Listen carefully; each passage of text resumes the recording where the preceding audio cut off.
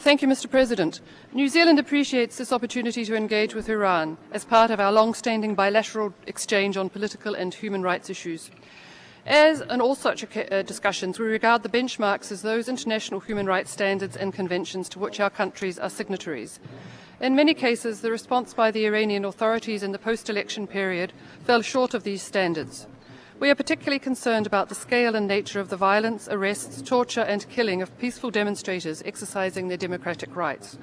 New Zealand recommends that Iran comply fully with the international human rights obligations to which it is bound. In this vein, New Zealand was pleased to note the closure of the Karizak Detentions facility and welcomes the Majlis' investigations into the violations of detainees' rights alleged to have occurred there. New Zealand notes also that despite the prohibition in the Iranian constitution on torture and legislation banning torture for interrogation purposes, it is still not an offence to use torture for punitive purposes.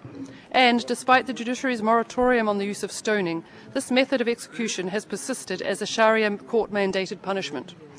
New Zealand recommends that Iran agree to a visit by the UN Special Rapporteur on Torture to investigate these practices and allegations of systematic violence in detention facilities. New Zealand further recommends that Iran codify torture as an offence in law, in line with the definition in the Convention Against Torture.